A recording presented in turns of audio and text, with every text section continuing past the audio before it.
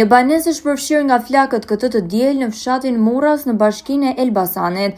Menjëherë pas njoftimit në vendngjarje ka mbërritur shërbimi zjarfikës, i cili ka ndërhyrë për vënien në kontroll të zjarrit dhe shmangjen e përhapjes së flakëve në banesat përreth. Nga zjarri janë shkaktuar dëme të shumta materiale, ndërsa fatmirësisht nuk raportohet për persona të lënduar. Në momentin e rënies së zjarrit, në banesë ndodheshin 3 anëtar të familjes, të cilët kanë arritur të dalin menjëherë jashtë sapo kanë konstatuar flakët, duke shmangur kështu çdo rrezik për jetën. Sipas të dënave paraprake, dyshohet se zjarri është shkaktuar nga një pajisje elektroshtëpiake. Autoritetet vijojnë hetimet për të konfirmuar shkaqjet e sakta të ngjarjes.